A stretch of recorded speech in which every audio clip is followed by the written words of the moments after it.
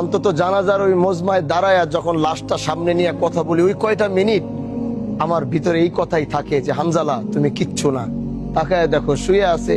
এরকম একদিন তুমি বাহাদুরপুরের মাঠে শুয়ে থাকবা, সবাই তোমার জন্য দাঁড়ায় থাকবে।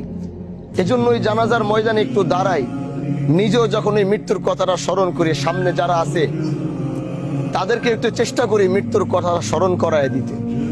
যখনই যে জানাজার মজমায় যাই, কারো বাবা কারো মা, আমার হয়তো বাবা মা আছে, কিন্তু মাঝে মাঝে আমার যখন চিন্তা হয় যে আমার মা দুনিয়াতে নাই, তখন আমার শরীরের লোমগুলা দাঁড়ায় যায়। আমি সহ্য করতে পারি না। মা হারানোর এই বেদনা, বাবা হারানোর এই বেদনা আমার ভিতরে হয়তো নাই, এখনো তারা বাইচা আছে, কিন্তু এই শব্দটা আমি মনেও করতে পারি না, চিন্তাও করতে পারি না। আজ এই মজমায় যারা দাঁড়িয়েছেন, যিনি হারিয়েছে সে বুঝবে এই বেদনাটা কেমন, এই কষ্টটা কেমন। আল্লাহ তাদেরকে সবরে জামিল দান করে, বলে না আমিন।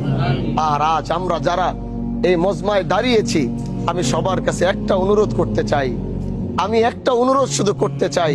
পৃথিবীর সব কিছু থেকে পালানো গেল, আল্লাহর কসম, উস জাত কি কসম জিস পে হাত পে মেরি জান হ্যায়, আমি ওই জাতের কসম করে বলতেছি যার কাছে আমি হানজালার জানটা আছে, আমার হায়াতটা যার হাতে, আমি ওই জাতের কসম করে বলছি, একমাত্র এই জিনিস থেকে, এই মৃত্যু থেকে পৃথিবীর কেউ বাঁচতে পারে নাই, পৃথিবীর কেউ বাঁচতে পারবে না।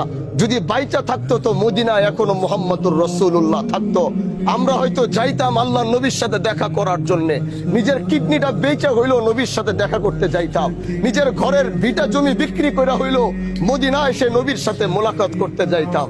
তিনি তো যখন তিনি দুনিয়া জমিনে থাকতে পারে নাই, তাহলে আপনি আমি আমরা কে যে আমরা দুনিয়াতে বাঁচবো? আমি কি যে আমি দুনিয়াতে বাঁচবো? পৃথিবীর কত বড় বড় বাচ্চা হিত চলে গেছে এক মৃত্যুর থাবায়। যদি এটাই বাস্তবতা হয়, তাহলে আসুন এই মৃত্যুকে সামনে রেখে জীবনের প্রতিটা পদক্ষেপ গ্রহণ করি।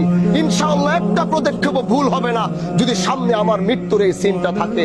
আল্লাহ আমাদের সবাইকে মৃত্যুর প্রস্তুতি নিয়ে কবরে যাওয়ার তৌফিক দান করুক। আল্লাহ আমাদের সবাইকে ঈমানের সাথে, যেদিন আমাদের ডাক আসবে আহকামুল হাকিমিন, আমাদের যেন ঈমানের সাথে যাওয়ার তৌফিক দান করে।